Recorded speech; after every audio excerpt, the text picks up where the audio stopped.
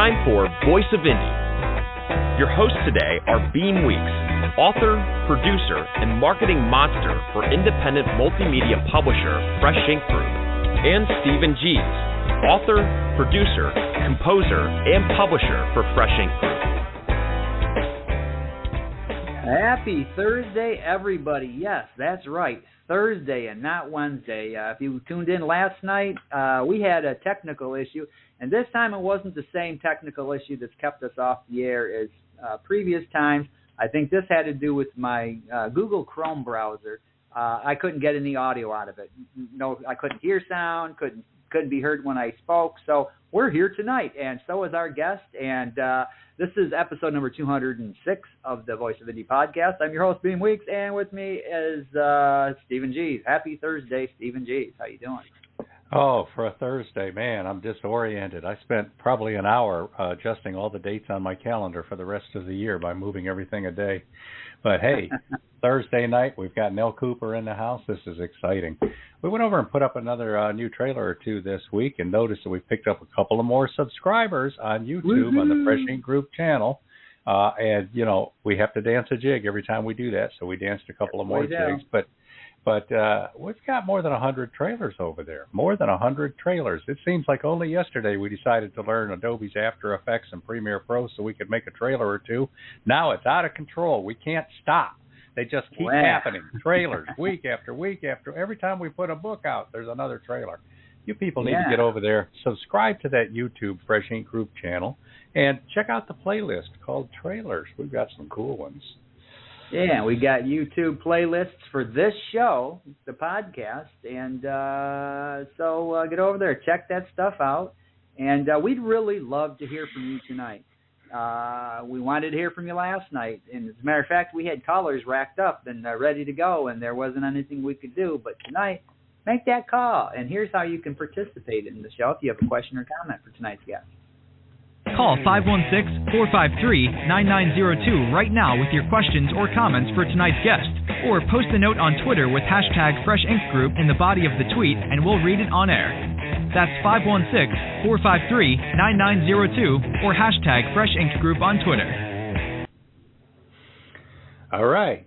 I'm seeing on my rundown here the words out now, out now, out now, out now. We've got some books out, don't we, Beem?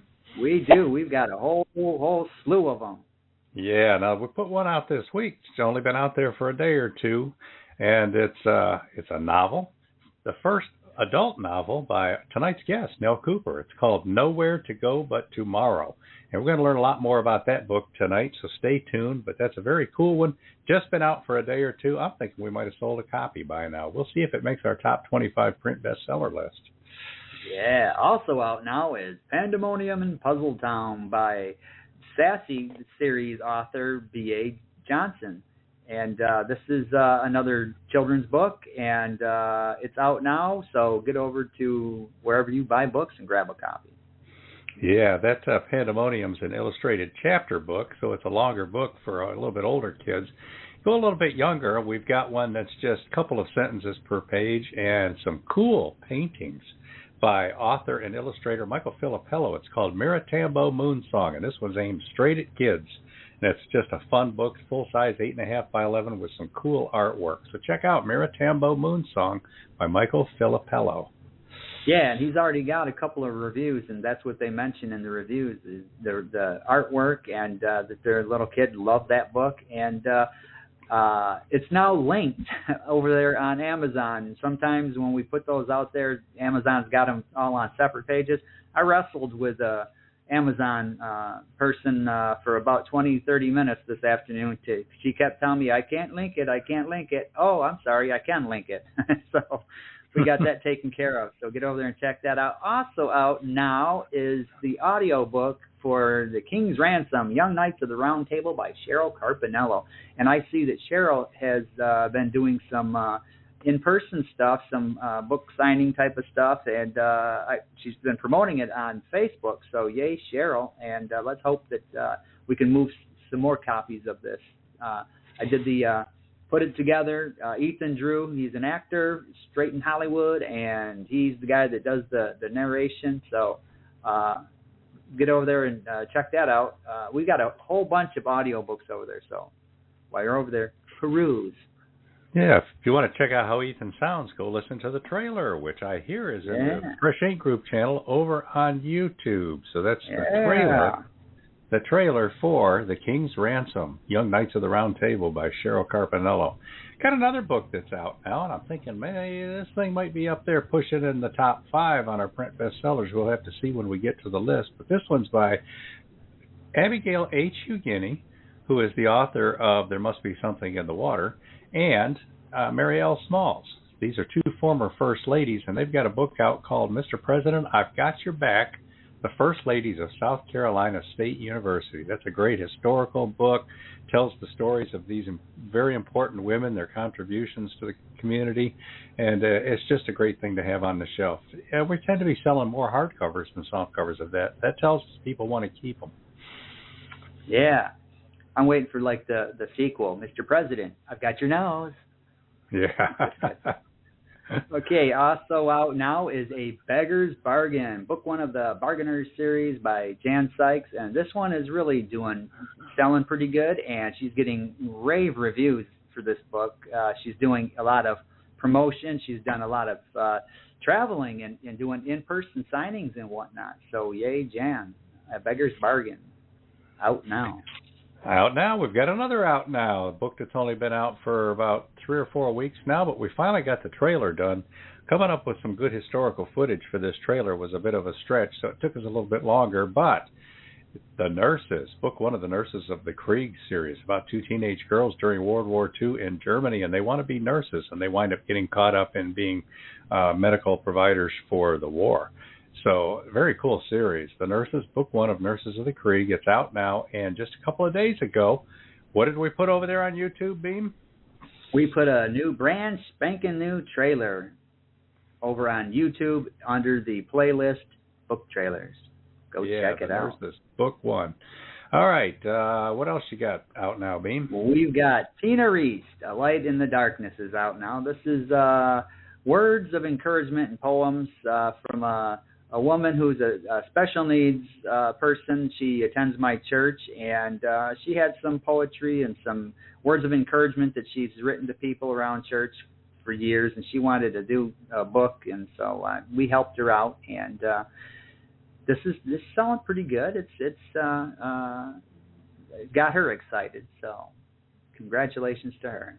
Now, as Stephen pointed out, we've got a lot of out nows on this list. We've got a lot of out nows or coming soons, I should say. And if you want to know what is coming along, when it's going to be out, you want to know who's going to be on this show, you want to know all things Fresh Ink Group and all things Voice of Indie, we've got a newsletter, and here's how you can subscribe if you're not already subscribed. Stay on top of these podcasts and all things Fresh Ink Group with our weekly digital newsletter. New releases, videos, stories, excerpts, interviews, and more. Sign up now on the homepage of freshinkgroup.com and be the one who knows what's what. What? Now, before we jump into the top 25, we do have someone over here on Twitter, is Mr. Verwayne Greenhoe. Everybody that listens to the show knows he's one of our regulars, most loyal listeners. He says, Lisa and I are here having a pizza party with a 12-pack of the hard stuff, Diet Coke, waiting to listen to the discussion with Nelle Cooper. So, welcome aboard, Lisa and Verwayne. Good to have you as always. Yep. Wishing you the best, Verwayne. Know you've had some challenges the past couple of weeks. All right, let's take a quick look at the top 25 print bestsellers from Fresh Ink Group and see what fit of our favorite books or authors have made the list.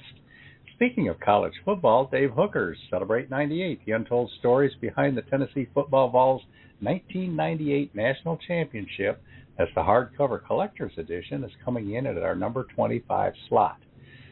Number 24, Pandemonium in Puzzle Town, the paperback edition of B.A. Johnson's new illustrated chapter book for kids about inclusion and fitting in. All right, at number 23, we've got Volunteer Bama Dog by David Carroll. He's Chattanooga's NBC Evening newscaster. He's got 4 books out now, and each one is more fun than the other. Volunteer Bama Dogs will look at Southernisms, people in the south of the U.S., how they talk, how they act, what they believe, and he just kind of does a lot of tongue-in-cheek poking fun at people, but also showing some affection, too. So that leaves us at 22, The Nurses of the Krieg, Book 1 by Anna Morgan and Beem.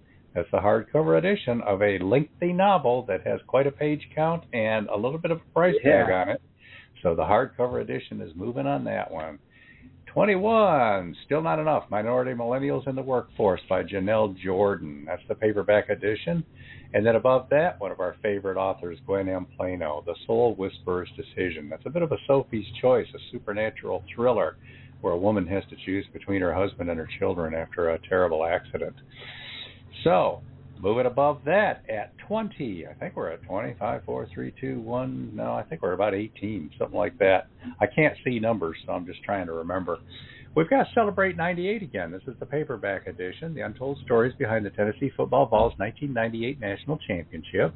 And then above that, at, I think, 17, we've got Into Autumn, a story of survival by Larry Landgraf. Beam, this has been riding on here for, 4 or 5 weeks now? Yeah. And that's an older book. Yeah, and that's the first of 4 of his dystopian sci-fi future series. Each one is named after a different season of the year, and the first one in the series, Into Autumn, has made our top 25 print bestsellers. That leads us to, I think, about 16. I Won't Be Your Scapegoat, David Carroll's Homemade Social Media Blunders, another David Carroll book. This one is especially fun. He makes fun of all kinds of errors, misspellings, and things that people have posted where they didn't quite really know what they were putting up there, but we can have a laugh at it at their expense. All right, at 15, Daddy Yo-Yo and the Legendary Marble Tournament by Dr. Janice D. Toney. Hardcover edition, Beam. That's a case laminate hardcover of a children's book, 8.5 by 11, and it's a chapter book that's illustrated and deals with bullying, which is very cool. Next up, at 15, How to Start and Run Your Own Food Truck Business in Florida by A.K. Wingler. That's one of her 3 food truck business books. And then above that, these two always seem to stay together. Kenneth Lindquist, How to Teach Driving Behind the Wheel, Lesson by Lesson, the Instructor's Edition. And that's the hardcover. I think we're at about 14. That brings us to Robert G. Willis Croft, Operation Icebreaker, a Mac McDowell mission. That's, I believe, number 2 in the Mac McDowell mission series, which has 4 books so far, starting with Operation Ivy Bells. And the 5th one, Operation Vela Redux. We're looking to get that thing in the pipeline and out sometime in the next 3 or 4 weeks. Looking forward to that one.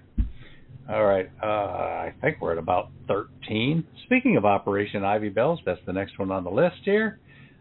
Operation Ivy Bells, a Mac McDowell mission by Robert G. Willis Croft, and it's the hardcover, Beam. People are buying the hardcover of that novel.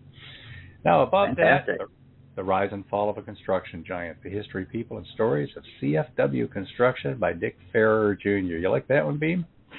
I do. That was a very interesting read. You know, for a book about construction, that was almost soap opera-ish. There was just all kinds of stuff going on in the background that people would have never have guessed.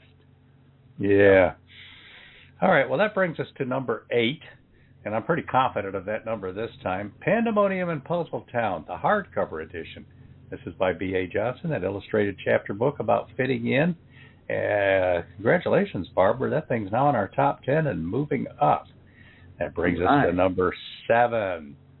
Submariner, 30 Years of Hijinks and Keeping the Fleet Afloat by retired U.S. Navy Lieutenant Commander, Chief of Boat, Jerry Pate. And it's the hardcover edition that's in our number 7 slot, Bean. So people are buying that book and wanting to keep a nice copy of it on the shelf and maybe lend it to a few friends and then demand to get my book back because, darn it, that's Submariner. I wanted that one on my shelf. That gets us to number 6. This one's by tonight's guest, Nelle Cooper. It's the paperback edition of Nowhere to Go But Tomorrow. It's a novel set in Oakdale, the Lapeer State home, back in the 1940s and 50s. It's great historical fiction, the first adult novel by Nelle Cooper, who's the author of Princess Lil, a chapter book for kids.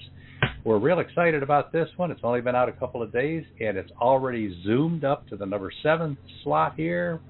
Let's see here. 1, 2, 3, 4, 5, 6.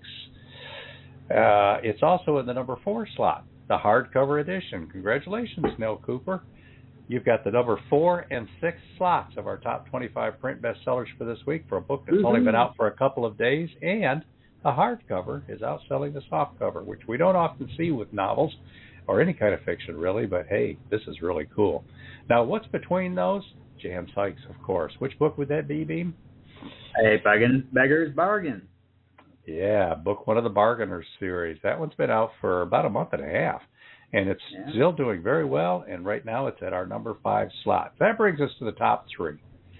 Now, in the number 3 slot, I'm looking at the name of a drummer here. Who might that be? That would be Mark Herndon. 28 years with the country supergroup Alabama. Yeah, it's a great memoir, and he talks about growing up, wanting to live the dream, and then living the dream. And he made some mistakes, and not everything went as great. A lot of it did, a lot of it didn't, but he tells the whole story, takes responsibility, and takes the high road. So it's a cool memoir that's kind of high class. It's just a fun story. Number 2, Abigail H. Hughini and Marielle Smalls, Mr. President, I've Got Your Back. The First Ladies of South Carolina State University, and Beem, it's the hardcover. Wow. People are buying the hardcover of that book. The hardcover. Yeah, that's just a cool book. Then that gets us to number 1. Gosh, who could be in the number 1 slot? I wonder if he's listening out there right now. It would be a retired U.S. Navy Lieutenant Commander named Jerry Pate. The paperback edition of Submariner, 30 Years of Hijinks and Keeping the Fleet Afloat, 60 chapters of memoir about living the dream of being a submariner above and below the seas, and boy, he's got some cool stories in there. This is by Jerry Pate, Submariner, 30 Years of Hijinks. It's in our number 1 print bestseller this week. Congratulations to everybody who made the list. Yeah, congratulations, everybody. Now, earlier I mentioned the newsletter and getting all of the coming soon books. Well, here's a whole bunch of coming soon books that we've got. We've got world wildlife photographer Angie Birmingham's Journey Through the Lens, a creative guide to nature photography. We got Braden Dexter Green's Trains of Alabama, G. William Weatherly's Shepherd and the French Rescue. That's a historical fiction book there. Robert Mackenzie's The Chair, Volume 5. Robert G. Williscroft's Starchild Saga 4, The Iapetus Federation, and Williscroft's Operation Vela Redux, a Mac McDowell mission, plus a whole lot more. So, if, like I said a little while ago, if you're not subscribed, why not? Get over there and subscribe to the newsletter. It's a quick read. It comes in your mailbox usually every Wednesday, although we had to send a couple out this week because of the technical issues. But every Wednesday morning, it arrives in your mailbox. It's a 15-minute read, maybe 20 at the most if you really delve into a lot of that stuff. And you'll be up to date on what's going on. And we are going to archive this show, and it's going to join the other 205 episodes. So if you've not listened to the 205 previous episodes, like Mark Herndon, drummer of Alabama, he's been on a few times. Here's how you can find those find the archive and partake of replay your favorite episode, or just discover some new episodes that you didn't know existed.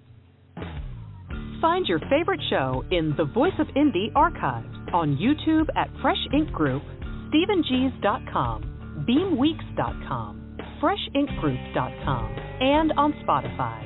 And now you can listen on iHeartRadio, Google Podcasts, and tune in. Just search The Voice of Indie, all one word.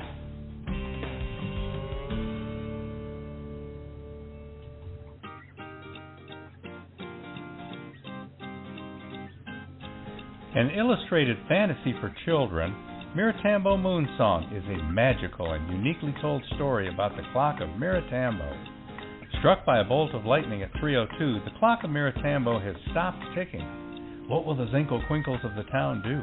The kind Grand Baron who gave the clock to the town many blue moons ago sees what happens and sends a comet to the clock to save it from being silenced forever. When the moon is over Grand Shiloh Rise, will the clock come to life again with music and light and sound? Beautifully illustrated by author and artist Michael Filippello, Miratambo Moonsong is proudly published in case laminate hardcover, glossy softcover, and all ebook formats. Introduce your favorite kids to the Zinkle Quinkles and Miratambo Moon Song.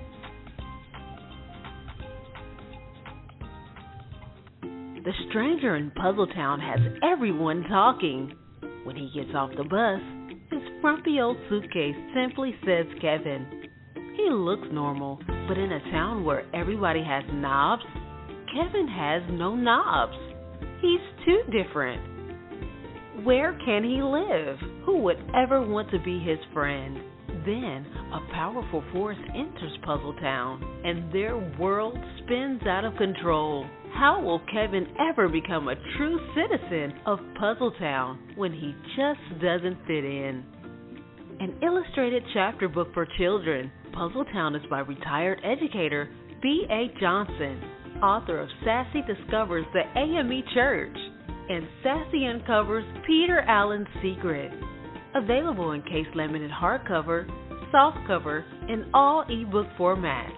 Puzzletown teaches about inclusion in a fun and entertaining way. Published by Fresh Ink Group, Puzzletown has everybody talking. Indeed. So let's meet today's guests. Nelle Cooper grew up on a dairy farm, a farmer's daughter with a love for the land. Her family established a farm in 1853 in mid-Michigan. A farmer must have significant faith because so much is out of his control. She clings to that faith. Nelle was an only daughter with 2 older brothers. Paper and pencils are her favorite tools. She has always enjoyed reading and writing. As a young girl, she often walked back to the woods or somewhere quiet and wrote poems. She married and had 2 children. When they entered school, she attended college and became a registered nurse and completed a BSN program at the University of Michigan, Flint. She has practiced in several different areas of nursing and served as a parish nurse for 14 years. Her grandfather and father collected and told stories about antiques. That's interesting. They taught young Nelle that the story of family is precious. She enjoys cooking and believes that a recipe is a place to start. She enjoys gardening and will never, not ever, plant flowers in rows. She collects seeds from year to year and hangs her laundry outside in the sunshine. October is her favorite month of the year. Nelle Cooper lives in Michigan with her husband. Welcome to the show, Nelle. Welcome, Nelle. Thank you. Okay, so I'll take the first question then. You live in Michigan. Hello, fellow Michigander. Hey. And you're here. You're obviously born here, and have you lived anywhere else? No, I've always lived. In right around Lapeer County, Oakland County. Stayed pretty much in those areas. Okay.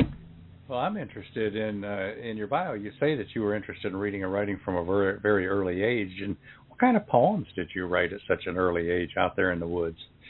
I can't remember them now. I remember going off and just really enjoyed sitting on a fence rail or just being out in the woods. We just had our land rolls out here in Hadley. We have hills and it's just pretty country. So nice to take a walk. Well, maybe someday you'll find one of those tucked away in a book or someplace, and we'll trot it out and read it on the air. Okay. All right. Well, that was going to be my question. Do you still have those old poems, and would you consider, polishing them and publishing them? Because we've had guests on where they wrote short stories and whatnot from way back when, and they've done that. They found them and they've polished them up and then published them. But if you don't have them, it can be kind of hard to do. No, I don't have the poems, but I do have a collection of short stories that I've worked on over the last few years. And one of the things I find is that neighborhoods are very interesting. When I grew up, our neighborhood was rural, but it was very accepting of people. And I found out when I went to high school that people viewed people differently. We just all everybody had about the same level of income, and our families were pretty much the same. So it wasn't until I got to high school that I that I met kids that did different things than we did, and tennis. I mean, people played tennis. That was new to me. People went bowling. On the farm, we worked. So some of those things were kind of new to me to find, and so I guess I kind of related in a way to my protagonist in my book, because she had to learn a lot of things for the first time too, and I could understand that. I could relate to that. Now, speaking of your education, Stephen touched on you went to University of Michigan Flint, and then you just mentioned high school. I'm kind of curious about your elementary school, being that you were rural. At that time, was it still you dealing with the smaller schools, the one-room schools? Because we got a bunch of one-room schoolhouses out here, and one of them's still open, but they reopened it. Yes, I went to one-room school through the 7th grade. Wow. And I had two other students in my class. We had 18. My husband always laughs that when we went to high school, we had more kids on our bus than we'd ever had in our school. We did. We averaged about 18 to 20 kids in our school of 8 grades. And so going to high school was a really big deal. I went to high school in the 8th grade. I went to Lapeer in the 8th grade. And 30 kids, I think there was close to 30 kids in my classroom. And that was just all the same age. Wow, overwhelming. Yeah. And just moving from room to room and through the high school and riding the bus and all of those things. Just a lot of people, a lot of kids, and a lot to get used to. It was quite a culture shock going from a school where you only had 2 classmates to having, and that was only one room. We had 2 rooms of 8th grade. So we had a lot of kids. By the time we got to high school, senior, we had a lot of kids. So that was different. But the one thing I think is so special about Lapeer, and I want to say this right off the get-go, is how Lapeer assimilated all of the people that worked and were occupants of the Lapeer residence, the Lapeer State Home. Many people came out and took their family members out on Sunday. They came to the state home and visited, and they took their family members out. So it wasn't unusual to go to a park or go somewhere around Lapeer and see people who had different physical anomalies, different physical disabilities. I guess I don't know all the correct vernacular now to use, but we were so accepted. I actually had one man say to me a few years back that they actually moved to Lapeer with their daughter because Lapeer was so welcoming to these families. And I thought that was a real compliment to my community, that we just accept people as being people, and we're all different. So I hope that comes across in the book, that the acceptance that the people at the state home had for each other, I thought was really special. And your character, Kay, does go through some culture shock in being introduced to the bigger world and going to a school and whatnot, too. So you probably drew up from your own experiences on that. I think we probably do. And I think the correct term might be alternative body formats or something like that. I don't know. Thank you. Because they weren't all confirmed. There was actually one man that was housed there for many years, and they found out someone started working there. I think it was a resident. I'm not sure just how I heard the story, but he knew the native language that this man spoke, and no one else had ever realized that the man was speaking his native tongue. They thought he was disturbed. Wow. And it wasn't until someone actually spoke to him in his language that he could communicate. Wow, there's a great story there. Yeah. When you have so many things like that happen in an institution, I think you have to leave a lot of room for different experiences. Yeah. We're talking to Nelle Cooper. She's the author of Princess Lil, chapter book for kids, and now a new adult novel, Nowhere to Go But Tomorrow. And we are taking calls, people. If you want to call in and with a question or a comment for Nelle Cooper, it's 516-453-9902. Of course, you can always post a tweet over on X with the hashtag FreshInGroup, and we can read that on the air as well. So, and we've got one. Yeah. We've got a comment, another comment from Verwayne. This ties into what we're just talking about here. He says Lisa, his wife, is from Lansing, which is where I'm from, and I grew up on a dairy farm in Sheridan, a small town 15 miles due north of Ionia. So a lot of Michiganders in the house. That's up there in the middle of the mitten. And we do have a phone call, so if you guys want to take a call, we can take a call. I think it would be a good time. You up for a call, Nell? Sure. All right. Here we go. Let's find out who this. Hello, caller. You're on the air. Where are you calling from and what's your name? Turn down your listening device. You're on the phone. Hello. Hello. Hi. Can you hear me? Yes. Yes, we can. Okay, good. My name's Judy. I'm a friend of Nelle Cooper, and I was wondering how she got the inspiration for her book. Okay, good. I'm a friend of Nelle Cooper. And you want to turn your listening device down in the background. How she got the inspiration for her book. Yes. Did you get that question now? Yes, I think I got the question. It was, it happened one day as I was driving. They put a new road over the railroad track through the state-owned property. And as I was driving across that area, it just occurred to me what would happen if someone had been housed there and were totally functional and had above average IQ. How would being institutionalized affect their life? And my background is psychiatric nursing. So I just found that question very intriguing, and I started seeking information from people I knew who had worked there and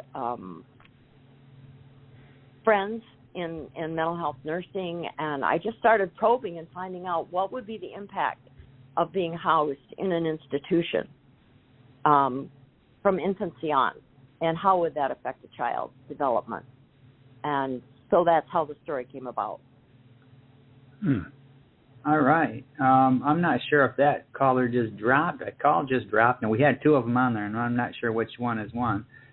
Is this the same caller that we were just talking to? Judy? Judy? No, this is Susanna. Hi, Susanna? Yes. Hi. Okay. Hi. Well, so I'm also. You're on the air, so go ahead. Yes, thank you. I'm also in Michigan. I'm a colleague of Nell's, and I had a question. If she had ever based a character on a real person, did they read the book and recognize themselves? Ooh. That happens quite a bit.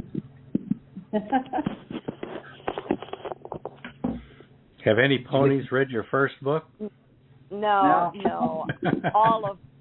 All of my characters are fictionalized. And I kind of alluded to that when I made the reference to my husband saying, is this somebody I should know, or is this somebody that you just thought up?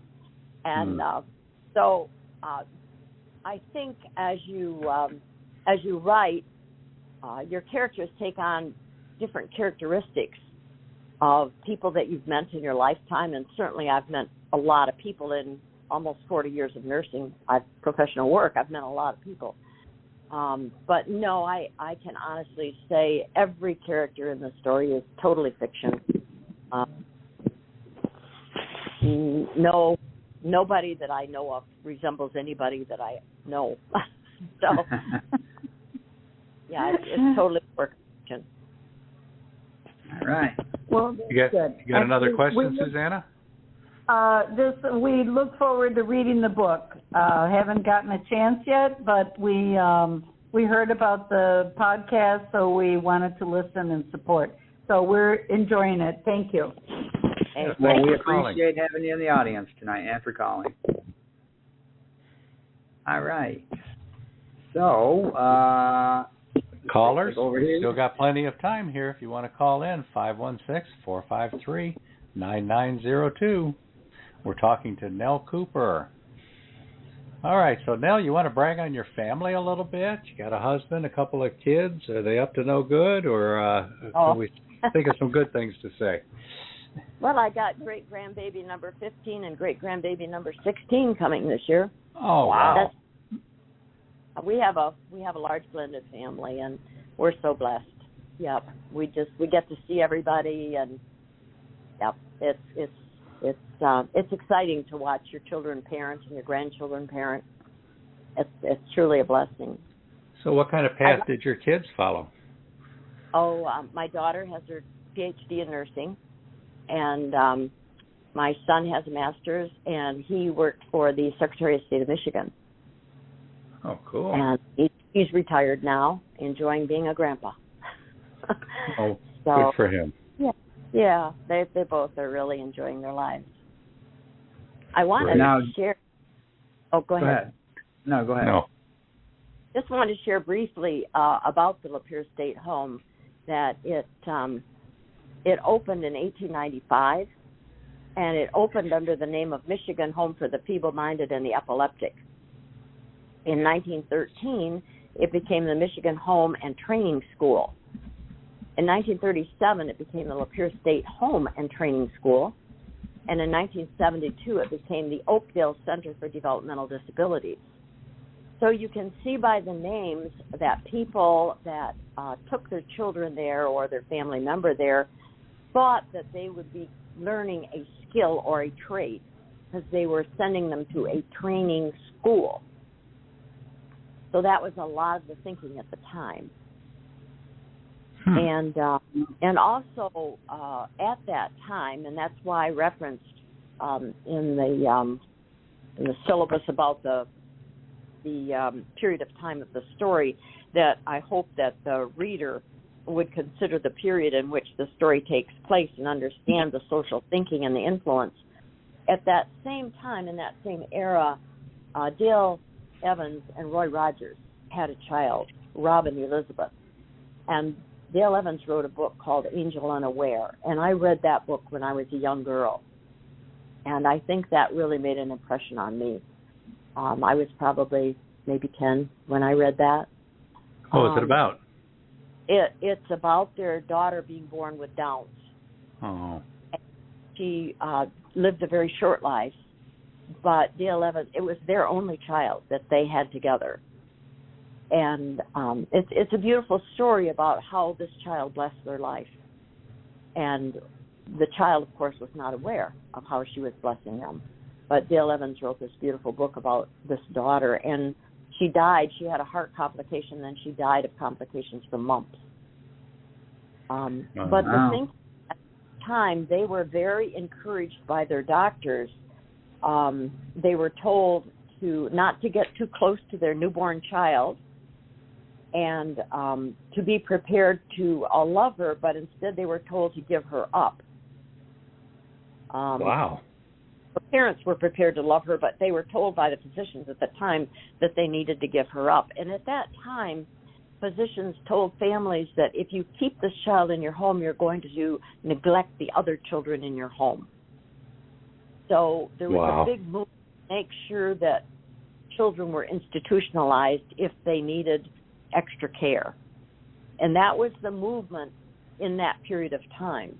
So this is like, even in the 50s, this was in the 50s that this happened with Dale Evans and Roy Rogers. So if people can understand how we are influenced now by social media in the decisions that families make, they can look back and see how these families were influenced. And I had a couple of mothers share their stories with me. They put their daughters in different institutions in the state home at Lapeer, but they told me about the pressure, the social pressure of the need to make sure that their children were placed. That's the word they used, placed. So much, it's so different now, and the support networks are so much different. Wow. So the book is Nowhere to Go But Tomorrow, and it's your first adult novel. I think we should go ahead and play the trailer for it now, and this will be the world premiere. Even Nelle Cooper has not heard this yet. So let's learn more about this book, and then we'll come back and talk to Nelle Cooper with lots of questions about it. And if you want to call in and talk to Nelle, it's 516-453-9902.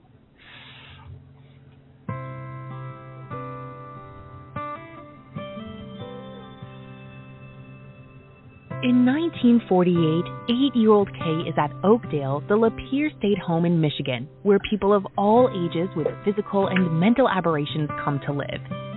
Kay wonders why she is here and if she will ever leave. She cares for an infant who will not let anyone else feed her, and she has friends, especially a boy her age she calls Toe. When Kay and Toe grow close as teens, she discovers the home has scheduled surgery that will change her life. With the clothes she's wearing and the file containing her life story, Kay flees late one dark night. Toe tries to chase after her, but a fateful accident robs him of the chance to seek the love of his life. Will Kay ever experience the kind of family she has longed for? Published in jacketed hardcover, softcover, and all ebook editions by Fresh Ink Group, Nelle Cooper's Nowhere to Go But Tomorrow is a historically accurate coming-of-age story about identity, belonging, and learning to choose one's own destiny. Read Nelle Cooper's Nowhere to Go But Tomorrow. Ooh, I got to read that. Yeah. All right. So how about we talk a little bit about this book now, Nelle? How about we talk about how did this come about? Well, actually, tell us about what the story's about first. A little more detail than we just heard. Yeah. Well, in that period of time, and even before, children were considered adults at 14, and they went out to work. I mean, in the average rural area, they either worked on a family farm, and most often once they got 14, they went off and worked in other areas. So there was a lot of expectation from young people to be able to work. And so at the home, they had all of these facilities. It was a self-contained facility. They had a laundry, they had a bakery, they had school, they had so many different buildings, and they kept increasing in size. And it went on for so many years that it's difficult to talk to anybody and get a framework for the history that was going on at the time they worked there, because it changed as the thinking changed. And as I was writing the story, I thought, what would happen? Because I did hear a lot of discussion from people about wanting to make the residents more independent, and a lot of controversy about that, because it would cost jobs for employees if the residents became more independent. And so there was some controversy about that. They allude to that in the book about the state home, I think, that was written. But over that many years, there were just a lot of changes that happened. And to strive to get a group of students together that could actually go to the high school was kind of exciting to me, to think that maybe they could pursue their own interests, and to have a group of students go to the high school who had different backgrounds, different abilities, different interests, and have the opportunity to get a high school education, I thought would be kind of interesting in a community that is very accepting. And so that's the way I went with it. And I tried to make an educational opportunity for them. Oh, that's great. Tell us about Kay, your main character, your main point of view character. She starts at, how old is she at the beginning of the book? She's about 8. Yeah. And we're going to, by the end of the book, she's grown, right? Yes, she's an adult. Mm-hmm. Tell us about her. What kind of person is she? What's she dealing with? What is her challenges? Well, she sees different employees come and go, but she's a constant in her building. They call them cottages, and she's a constant in her cottage. So she's very vigilant about all of the other residents that are in the cottage, especially Jessie, who she kind of adopts as a little sister. It's interesting to me how people in different situations, they create family. Oh, yeah. In institutions, in prisons, in concentration camps, people cultivate a family. And they did that. I'm sure that they did that at the home. Sometimes they used the resident mother as a mother image to them, and then other people there as sibling images. So I'm sure that probably happened. But Kay adopts Jessie psychologically as a little sister that she's going to look after. And Jessie can't speak, and she can't see. And so she acts out whenever she gets afraid. And Kay is the only one that can feed her, can calm her, can get her cooperation in situations where she feels stressed. So they become very, very good friends, kind of, so to speak. So Kay thinks different times about, well, maybe she could go somewhere else with her life. Maybe she could do something different, but she would never leave Jessie. I could never leave Jessie. That's what Kay says. I could never leave Jessie. And then God handles that situation and provides a way, and Kay does leave. Yeah. Tell us about Toe. That's what I was going to say. I've read the book, and the character of Toe really, he's a really likable character. Yeah, he is. He is. Toe has a club foot, and as a child, he fell a lot, and so they nicknamed him Toe, and that's how he ended up. His name is Seth, but he ended up with the nickname Toe, and he doesn't like school, like some people who feel held back by education. That's how he felt. And he loved to read. He was an avid reader. And he loved Thoreau. And he enjoyed Shakespeare. And he was mechanically gifted.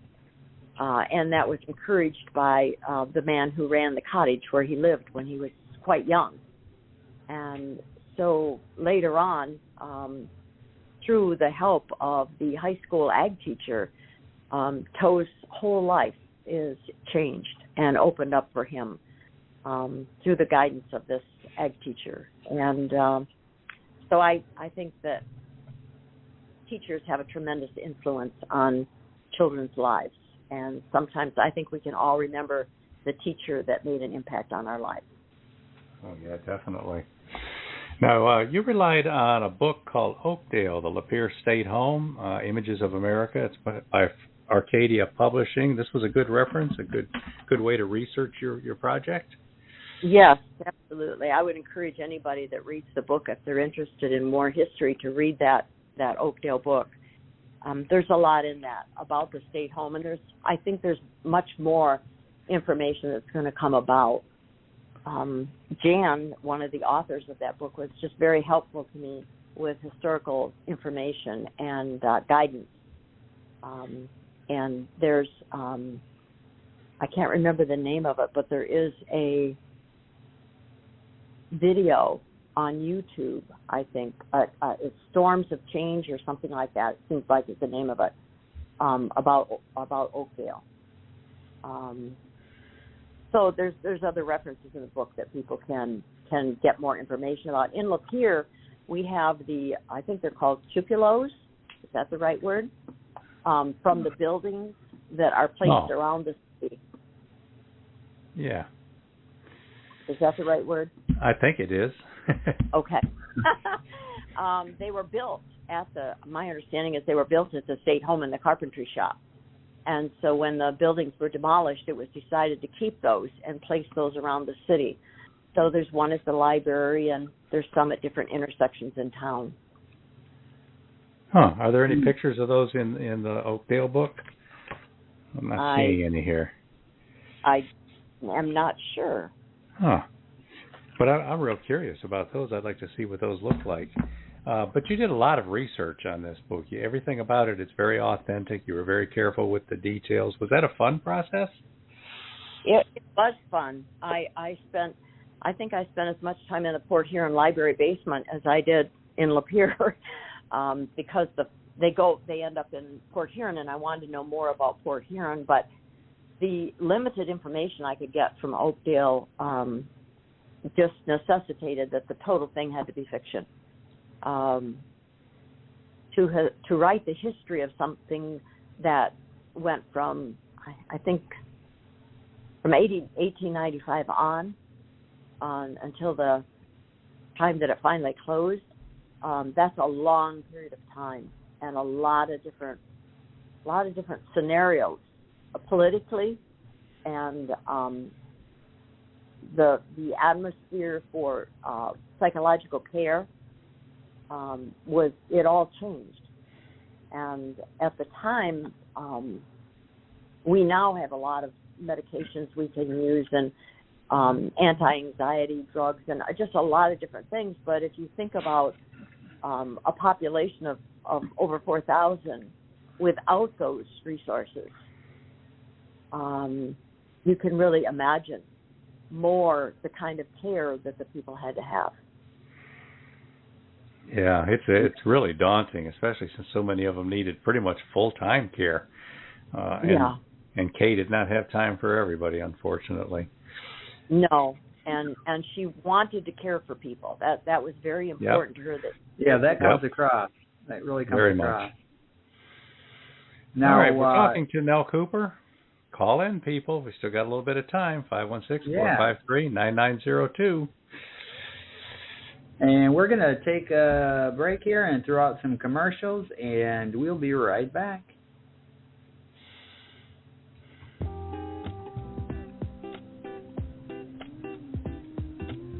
Mr. President, I've got your back. South Carolina State College was established in 1896 by the state legislature to provide educational opportunities to African Americans. The college is situated on land acquired by the state from the United Methodist Church in 1869. Thomas E. Miller was named the first president. Faced with many challenges and struggles, Miller and his wife, Anna, did an excellent job of moving the college forward and building a foundation for later growth and development. Since that time, 13 presidents and 5 interims have continued to build upon Miller's legacy. Although much is written about the presidents, very little has been written about their spouses who aided them in furthering the university. This book is by 2 of the school's prominent first ladies, Abigail H. Hugueny, author of There Must Be Something in the Water, Anthology of the 4th Generation, Descendants of Green Pond, After the Emancipation, and Mary L. Smalls, Retired Educator Administrator. Now available in case-limited hardcover, softcover, and all digital ebook formats. Mr. President, I've Got Your Back. It's published by Fresh Ink Group. This important contribution to African American history features 12 dynamic, smart, and innovative First Ladies who demonstrated through their untiring support.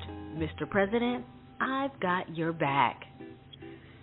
That's a very cool book, and it's our number 2 print bestseller at Fresh Ink Group this week. And we're talking to Nelle Cooper. And Nelle, we're going to talk about your first book in a couple of minutes here, Princess Lil, but there's a couple more things we wanted to ask you, too.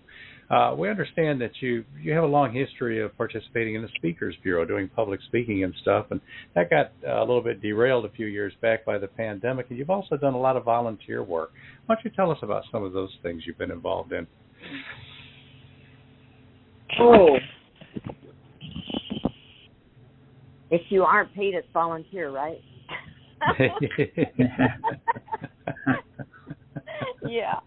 Yeah. Well, I came back from a American Christian Fiction Writers in Denver in, I want to say it was 2008, maybe. I'm not too sure.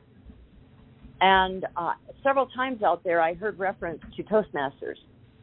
So I came back and I looked for a Toastmaster group, and I found one in Rochester, Michigan, and I went to that group for right up until COVID and really enjoyed what a tremendous education I got through that group. And so many people are helped through Toastmasters. And that particular group had a lot of people that came in who were engineers from around the world. So English was their second language, and that was just tremendously helpful to me. I mastered the storytelling skills there for Toastmasters and proceeded to do my public speaking and storytelling. With that, I take my spinning wheel and I go to schools and senior centers, and men are intrigued with a spinning wheel for some reason. They just really like the way a spinning wheel operates, and so I've been able to take my spinning wheel and my stories and go out to groups and speak for that. And I'm so grateful for all of the help that my friends at Toastmasters gave me to learn my public speaking skills. And so that was a big part of my life. And I thank ACFW for all of their encouragement to direct their people, because if you write, you have to market yourself. You have to be able to speak about your materials and your ambitions and encourage other people. So no doubt. You asked about the cupolas in the book that you have on the State Home on page 121.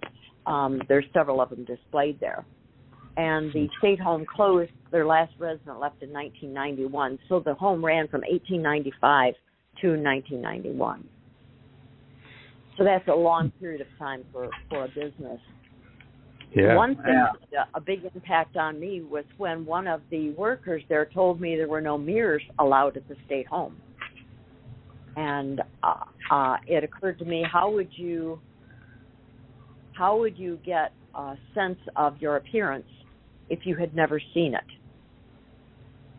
So in my story, Kay, for the first time, sees herself at high school in a bathroom mirror. And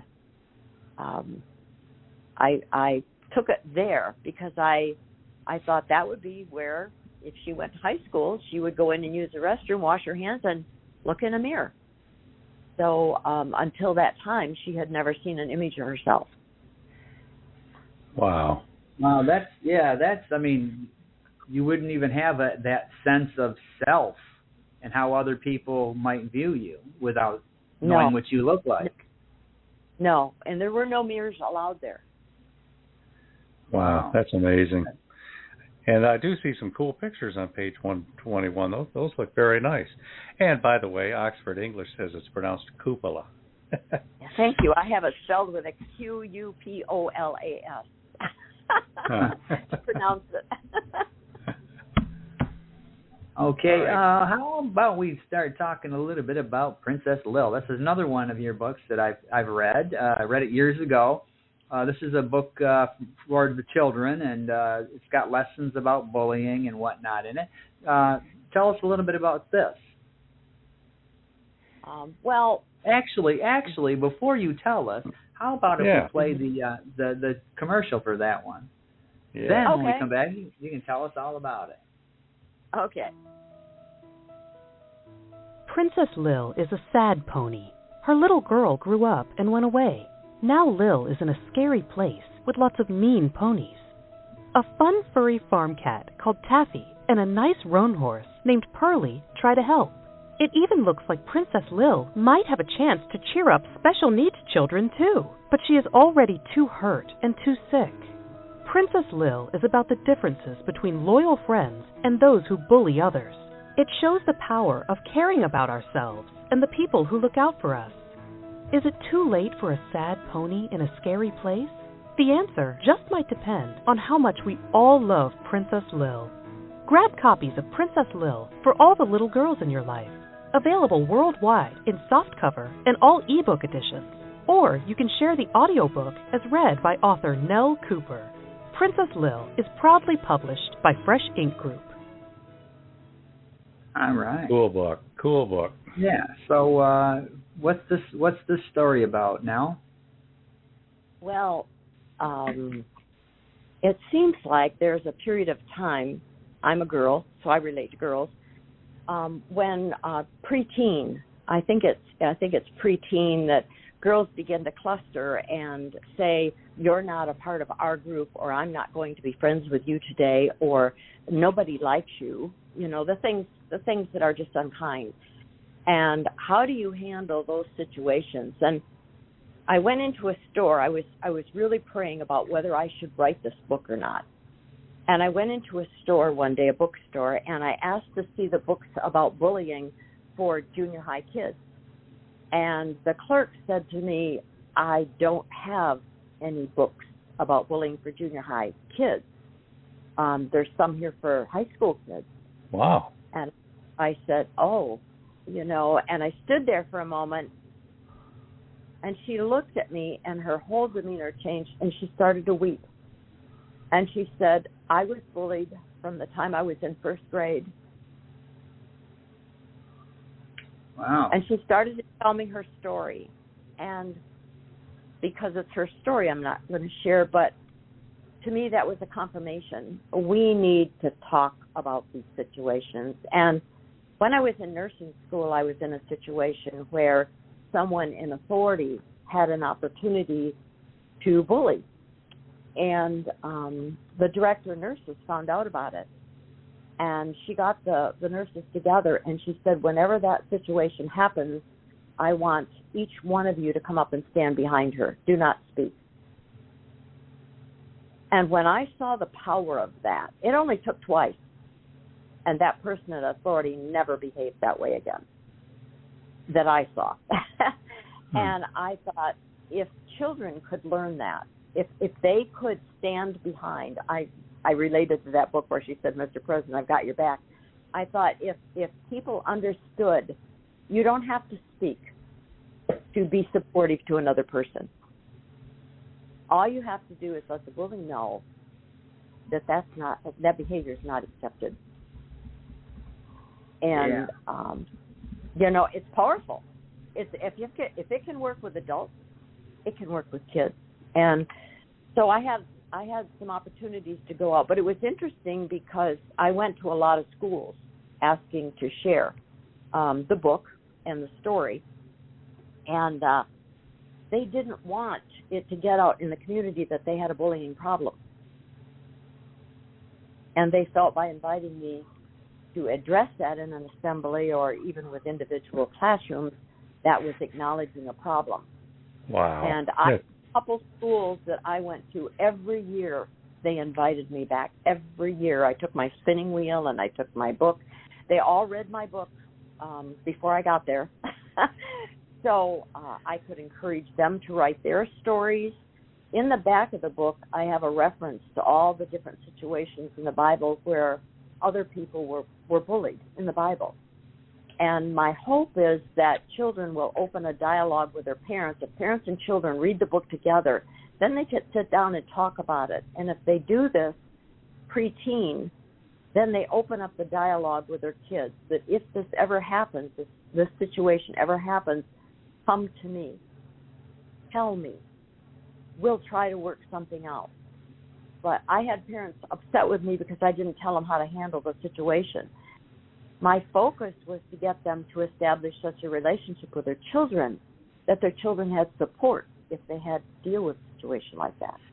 Yeah, and every situation is so different. You can't just give blanket advice. It's got to be personalized. Yes. Yeah. But it's a relationship. A boy's got to know that his dad has got his back. Oh, yeah. Not going to shame him if he feels harassed by somebody bigger or stronger or more powerful or whatever. And I just hoping that we could open dialogue. And I, as a little girl, wanted a horse. I got a horse. Girls love horses. And so I talked with my granddaughter. I have one granddaughter in particular that helped me with the book. And I talked with her, and we just had a lot of fun with that. So giving horses little girls' personalities. Yeah. And then through that, through taking my book to different places, I ended up meeting a horse farm where they actually take in abused horses and neglected horses. And then I went to a animal program where they foster animal program where they give away pets, but people have to prove that they can take care of them and so forth, an animal shelter program. And so we got to talk about animals that suffer abuse and just want a loving family. And I met so many interesting people, and it was kind of a spinoff I didn't expect. Wow.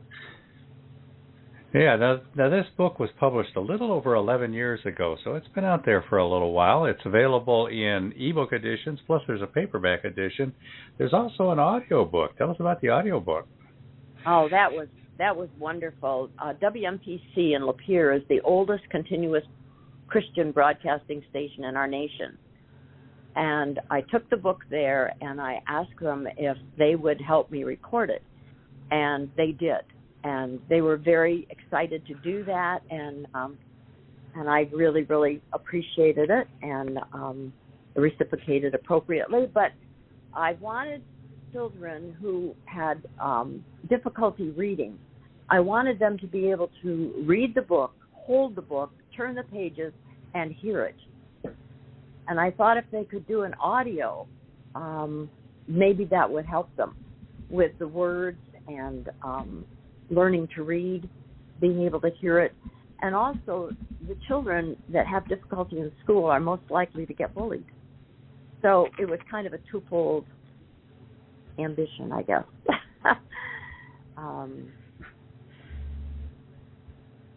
And the gentleman at WMPC shared with me that he had a family member who related to horses. And wow. He was pleased to help me with that, and that was very special. Yeah, it's all reassuring when you get so much support and people recognize how much of a need there is for this kind of a topic. Yeah. Mm-hmm. Yeah, and that audiobook's very cool. Now, people, that's over on Audible, ACX. You can find it on Amazon, and it's Nelle Cooper reading the story herself. So it's a very cool audiobook. But if you want to give a gift, audiobook, paperback, or, like I said, the digital ebook editions. Yeah. Okay, so we are about to wrap up here, but now you're an established author now. What kind of advice would you give somebody who's just getting started writing, or somebody who's been writing for a while that maybe needs to hear something? I have people come to me often and ask me about writing, and I've been writing for years. But I always tell them, put a stack of index cards in your purse or in your pocket. And anytime you have a few moments, pull out your pen and make some notes. And when you get home, put them in a box. Because you're not going to remember the things you think you're going to remember. The way the light looked on the lamppost, the expression on his face, the sound of her voice. It sounded like, things like that you won't remember when you start writing, but it's all resources you'll use. I took note on a couple weeks ago on your broadcast and ordered a couple books that were recommended by the person that you interviewed, Abigail. She recommended the Blueprint to Blueprint Your Bestseller by Horowitz and Story Structure Architect by Schmidt. I think anytime you can have a resource, a reference for a resource, it's good to consider it. No doubt, no doubt. Okay, the author today has been Nelle Cooper. Nelle, how do people find you? We have a caller. We could squeeze one more call in, and then we'll try to wrap up here and find out how to contact Nelle. All right, so here we go. Hello, caller. You're on the air. What's your name and where are you calling from? Hi, my name is Cass, and I'm calling from maybe an hour or so away from Lapeer. Hey, Cass. Welcome to the show. Hi. Thank you. I'm really looking forward to reading Nelle's new novel. And my question is about characters. It sounds like Kay and Toby became the characters whose story you just had to tell. Now, you mentioned you'd also written other short stories, so there must be a lot of other characters sitting in those stories and in your brain. And I'm wondering, do you think any one of them will step forward and compel you to write another novel? Hey. Yeah, I would. I'm interested to hear from my readers after they read this book to see if they're interested in a sequel. I started the sequel. I am. I am. So I started the sequel immediately, and I have, but I just wondered if people were really interested to know how being in the institution is going to affect their relationship as adults. Ooh, very intriguing. Yeah, I have. They'll never completely leave it behind, I assume. You can't. No, and it impacts so many aspects of their life, and I think you'll see that in the story when Kay is trying to cope with all of these children and all these responsibilities she has after she leaves the home, and her struggle to what is a norm, and I think you'll see some of that, and then obviously it'll show up later in their life, but. Yeah, I do have characters. I have a lot of characters that do funny things, you know. Yeah. So, we'll probably see more of them. Well, good. Yeah. Thank you for calling, Cass. Yeah, thanks for calling, Cass. Thank you, Cass. Thank you. Okay, our guest tonight has been Nelle Cooper. Nelle, how do people find you, follow you, contact you? What are your handles, street address? They throw things in your front yard? How do people find you? I'm on Facebook as Nelle Cooper. I have a Facebook page. I have a web page at nellecooper.com. Yeah, to be clear now, this is Nelle, right? Yeah. Nelle Cooper, Cooper. And it is a pseudonym. It is a pen name. And I chose a pen name because my name is German, and it's never pronounced correctly unless you're German. So I, with my husband's blessing, I use a pseudonym. And so I'm on Facebook. I'm on Instagram. Is there any place else? Well, you're going to have a website probably in the next 2 or 3 weeks.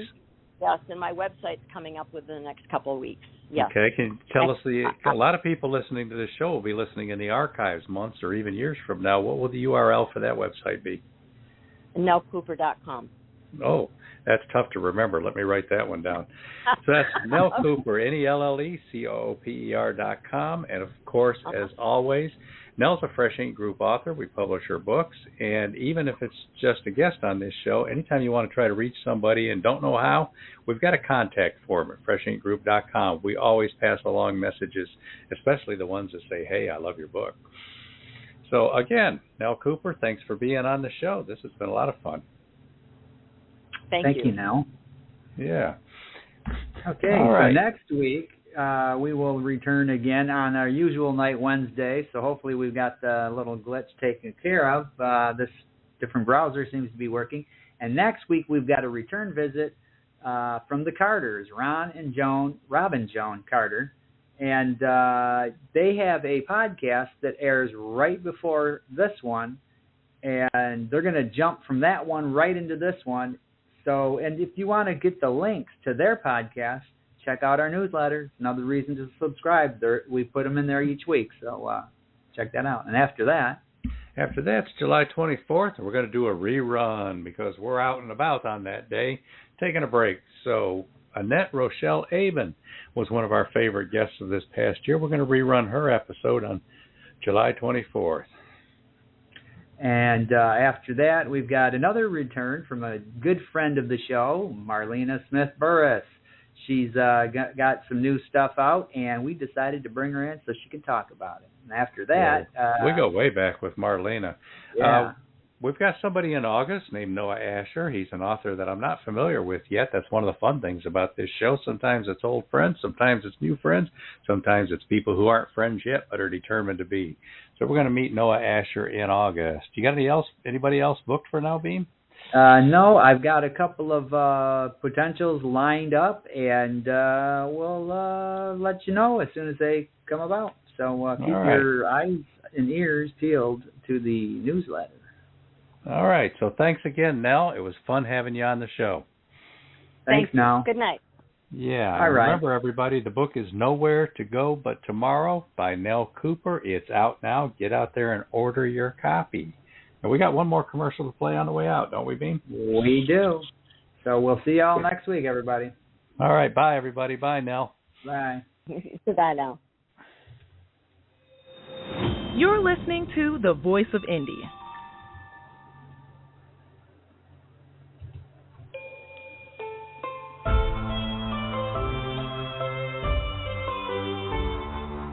Set in medieval Wales during the mystical times of King Arthur, 11-year-old Gavin and his friends are determined to prove their mentor, the Wild Man, innocent of murder. The youngest heir of Pembroke Castle, 11-year-old Gavin longs to prove he is worthy of knighthood, but he fears his own failures, and now he must choose between fleeing and fighting to save his friend. Gavin's coming-of-age story is full of mystery, intrigue, betrayal, and the charms of an eerie witch. Will Gavin earn his knighthood, or will evil challenge his very survival? Read the young adult chapter book, The King's Ransom, Tales and Legends, Young Knights of the Round Table, by Cheryl Carpinello, and now discover the audiobook, narrated by Ethan Drew, with music and sound effects. Produced and published by Fresh Ink Group. Cheryl Carpinello's King's Ransom, Tales and Legends audiobook is available worldwide.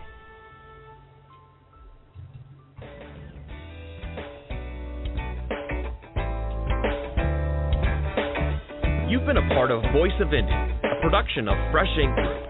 Spread the word, support our guests, then find us at freshinkgroup.com and be sure to hashtag Fresh Ink Group.